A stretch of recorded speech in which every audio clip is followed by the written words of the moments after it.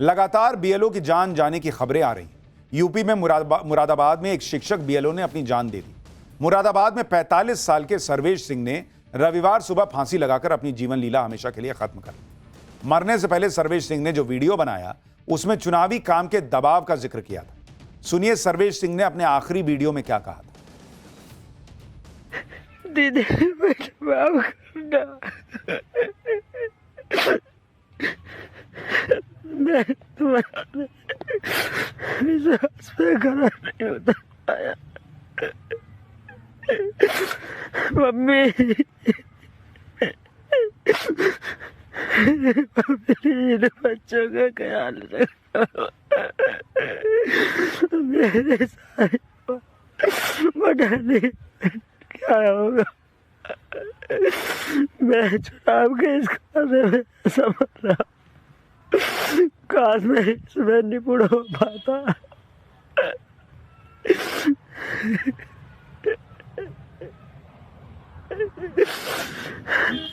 मैं तो एक कदम उठाना चाह रहा हूँ, इसका स्वयं मैं ही जिम्मेदार हूँ। इसमें किसी का कोई दोष नहीं है, मेरे परिवार को कुछ नहीं कहना है। मैं बहुत दुखी हूँ, 20 दिन से चैन से नहीं सो पाया हूँ। मेरी छोटी छोटी 4 लड़कियां हैं। इस बीएलओ के इस वीडियो ने लोगों को झकझोर के रख दिया। यूपी के देवरिया से भी बीएलओ की मौत की खबर आई। 35 साल के लेखपाल आशीष कुमार एसआईआर की ड्यूटी में लगे हुए थे। शुक्रवार को उनकी तबीयत बिगड़ी, अस्पताल में भर्ती कराया गया और शनिवार को उनकी मौत हुई। जब एसडीएम दिशा श्रीवास्तव मृतक लेखपाल के घर पहुंची तो वो भी काफी इमोशनल हो गई और अपने आंसू नहीं रोक पाई। देखिए जरा। आपको कहीं से भी क्यों 1 मिनट की भी मत सोचिएगा, आपके लिए कोई नहीं है। मैं हूँ आपके लिए, मेरी पूरी तहसील है आपके लिए, हम सब खड़े हैं यहाँ पे आपके लिए। एक भी पल को मत सोचना, एक भी पल को मत सोचना कि कोई नहीं है। हम सब लोग आपके साथ खड़े हैं, हम सब लोग आपके साथ खड़े हैं। 4 नवंबर से शुरू हुए एसआईआर में अभी तक कई राज्यों के बीएलओ की मौत हो चुकी है। कई बीएलओ ने या तो मौत को गले लगा लिया या हादसे का शिकार हो गए। इसमें मध्य प्रदेश, गुजरात, उत्तर प्रदेश और राजस्थान से मामले सामने आए। 27 दिन में 30 से ज्यादा बीएलओ की मौत होने की खबर है। इसमें कई मामले वर्क प्रेशर के बताए गए, कई मामले पर्सनल भी बताए गए। जैसे मध्य प्रदेश के दमोह में श्याम सुंदर शर्मा की फील्ड वर्क के दौरान सड़क दुर्घटना में जान चली गई। राजस्थान में मुकेश जांगिड़ ने ट्रेन के सामने कूदकर जान दे दी। सुसाइड नोट में सीनियर पर काम का दबाव डालने का आरोप लगाया। गुजरात के रमेश भाई परमार की ड्यूटी पर हार्ट अटैक आने से मौत हो गई। परिवार ने काम के दबाव का आरोप लगाया। इसी तरह मध्य प्रदेश के बालाघाट में अनीता नागेश्वर की मौत हो गई। परिवार का आरोप है कि वो ड्यूटी पर थी, अचानक बीमार हुई और अस्पताल में मौत हो गई। परिवार ने काम के दबाव का आरोप लगाया। तो ऐसे बहुत सारे बीएलओ हैं जिनकी मौत हो रही है और काम के दबाव को वजह बताया जा रहा है। बीएलओ की मौत को लेकर अखिलेश यादव ने आज मोदी सरकार को घेरा। अखिलेश यादव ने क्या कहा वो सुनिए एक बार। जो ये जान जा रही है, ये भी ड्रामा है क्या? हमारे साथियों ये बताइए, जो बीएलओ ये जान चली गई जिनकी, तो ये क्या ड्रामा था कि जान जाना? तो ये शब्दों पे मत खेलिए, इधर उधर मत जाइए। देखिए, एक सवाल यह भी है कि कई राज्यों में चुनाव को अभी 2-2, 3-3 साल बचे हुए हैं, फिर भी वहां एसआईआर को लेकर इतनी जल्दबाजी क्यों कर रहा है चुनाव आयोग, यह समझ से परे। वहां भी एक साथ जो हो रहे हैं सब में की डेडलाइन एक तय कर दी गई कि 1 महीने में ही सारा काम निपट जाना चाहिए। अभी 1 हफ्ते का वक्त और दिया गया है। लेकिन सवाल है कि भाई जहां भी 2 साल बाद चुनाव है, 3 साल बाद चुनाव है, वहां चुनाव आयोग को इतनी हड़बड़ी क्यों है एसआईआर कराने की भाई? और तब जब लोग अपनी जान दे रहे हैं, इस तरह की खबरें आ रही हैं, मान लीजिए शुरू में नहीं समझ में आया, अब जब दिख रहा है कि ऐसा मामला हो रहा है तो भैया बढ़ा दो ना। आप देखिए 12 राज्यों में एसआईआर होनी है।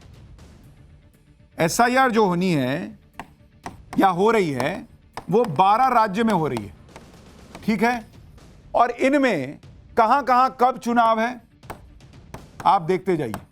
इन 12 राज्यों की बात कर रहा हूं। जैसे है बंगाल में 2026 में चुनाव है, ठीक है, आप वहां करा रहे हैं, समझ में आता है कि भाई करा रहे हैं, उसमें भी आपके पास अभी स्कोप है कि आप थोड़ा सा और समय ले सकते हैं, लेकिन चलिए ठीक है। इसी तरह से असम में देखिए, असम में भी 2026 में चुनाव है, तो वहां आप SIR तेजी से करा रहे हैं। केरल में 2026 में चुनाव है, ठीक है। तमिलनाडु में 2026 में चुनाव है, वहां पर आप SIR करा रहे हैं, समझ में चलिए आ रहा है। लेकिन अगर आप देखेंगे यूपी में, उत्तर प्रदेश में, भाई 2027 में चुनाव है, 2027 में, अभी 2 साल बचा हुआ है और 15 करोड़ से ज्यादा वोटर का SIR होना है। आपको क्या हड़बड़ी है बॉस की 1 महीने में करा लेना है? वहीं अभी यूपी की खबर आपको बताया कि वहां पर मौत की खबर आई BLO की। गुजरात में 2027 में चुनाव है बॉस, क्या हड़बड़ी है आपको कि गुजरात में आपको अभी 12 राज्यों के साथ कराना है? मध्य प्रदेश में 2028 में चुनाव है, अभी 3 साल बचा हुआ है, मध्य प्रदेश से भी BLO की खबर आई। इसी तरह आप देखिए छत्तीसगढ़ में 2028 में चुनाव है बॉस। राजस्थान में, वहां से भी खबर आई BLO की मौत की, राजस्थान में भी अभी 2028 में चुनाव है। कौन बात का इतना प्रेशर है बॉस चुनाव आयोग पे? अब आप देखिए पुडुचेरी में 2026 में है, और इसके अलावा आप देखिए अंडमान निकोबार और लक्षद्वीप में 2029 में लोकसभा का जब चुनाव होगा तो यही बात समझ में नहीं आ रही कि भाई अगर मान लीजिए आपने शुरू में एक डेडलाइन रखी कि ना 1 महीने में करके देना ही देना है, अब जब आप देख रहे हैं कि अलग अलग BLOs के आ रहे हैं वर्जन की भाई तनाव है, प्रेशर है, किसी की मौत हो गई, किसी ने कुछ कर लिया, बढ़ा दीजिए। अभी तो 3 साल है, कहीं 2 साल है, अभी बढ़ाएं 7 दिन, अभी बढ़ाएं 7 दिन, वो भी 7 दिन। भाई जहां अभी समय है 2-2, 3-3 साल, वहां बढ़ा दीजिए ना भाई। एक वोटर छूटना नहीं चाहिए, अरे तो एक BLO मरना भी तो नहीं चाहिए। बंगाल में भी वर्क प्रेशर में BLO की मौत के मामले आ चुके हैं, वहां SIR के विरोध में प्रोटेस्ट भी है, हो रहा है। आज कोलकाता में BLO ने जोरदार प्रदर्शन किया। SIR में हो रही परेशानियों को लेकर BLO आज चुनाव आयोग के कार्यालय के बाहर जुटे। पहले तो ऑफिस का घेराव किया गया। इस दौरान जब प्रदर्शनकारियों ने चुनाव आयोग के दफ्तर में घुसने की कोशिश की तो उनकी पुलिस से झड़प भी हो गई।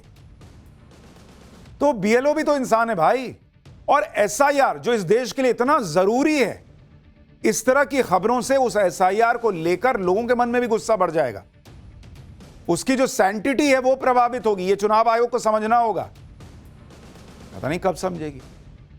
खैर, पाठशाला में अब अगली क्लास, जिसमें आपको दिखाऊंगा जुल्म, जिहाद और मुसलमान को भड़काने का पूरा प्लान। मदनी से लेकर ओवैसी के बवाल का चैप्टर, सरकार से लेकर सुप्रीम कोर्ट तक ओवैसी मदनी के निशाने पर। राहुल अखिलेश का गेम फिर बिगड़ने वाला है क्या? अब इसका चैप्टर। इस वक्त मुस्लिम वोटों के लिए ऐसी भयंकर लड़ाई चल रही है कि मुसलमानों को भड़काने में कोई कसर नहीं छोड़ी जा रही। कोई जुल्म की बात कर रहा है, कोई जिहाद की बात कर रहा है, किसी के निशाने पर सरकार है, किसी के निशाने पर सुप्रीम कोर्ट है। सारी लड़ाई इस बात पर आ गई है कि मुसलमान किसके कहने पर किसको वोट करेगा। ओवैसी इस बात में लगे हैं कि मुसलमानों का नेता मुसलमान ही हो। ओवैसी ये कहकर बिहार में लालू राहुल का गेम बिगाड़ चुके हैं। अब यूपी में अखिलेश राहुल का गेम बिगाड़ने को कमर कस चुके हैं। उधर ओवैसी के अलावा जमीयत उलमाए हिंद के अध्यक्ष महमूद मदनी भी इस लड़ाई में उतर गए। महमूद मदनी ने तो सीधे सीधे जिहाद की वकालत कर दी। मदनी के बयानों से गजब का हंगामा मचा हुआ। आप देखिए कि ओवैसी कह रहे हैं कि शरीयत पर हमला बर्दाश्त नहीं है, शरीयत पर हमला हुआ तो उसका जवाब दिया जाएगा। एक मस्जिद शहीद करोगे, हम लाखों मस्जिद आबाद करेंगे। उधर महमूद मदनी कह रहे हैं कि जब जुल्म होगा तब जिहाद होगा। कुछ फैसले ऐसे हैं कि सुप्रीम कोर्ट को सुप्रीम कहने का हक नहीं रहा। वंदे मातरम कहना मुर्दा कौम की निशानी है इनके हिसाब से। ओवैसी के नेता कह रहे हैं कि हम अपनी पर आए तो गलियां कम पड़ जाएंगी। आपको इस पूरी पॉलिटिक्स के बारे में डिटेल से बताऊंगा, लेकिन पहले जो हो रहा है उसकी एक झलक देखिए।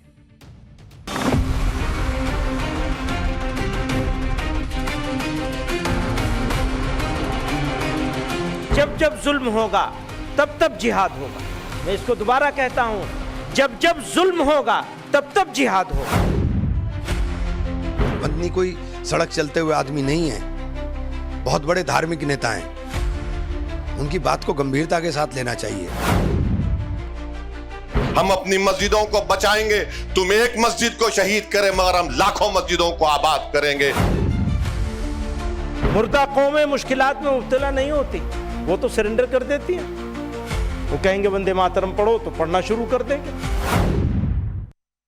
हमारी मस्जिद को शहीद कर दिया गया और कोर्ट का जब फैसला आया तो कोर्ट ने कहा किसी ने शहीद नहीं किया।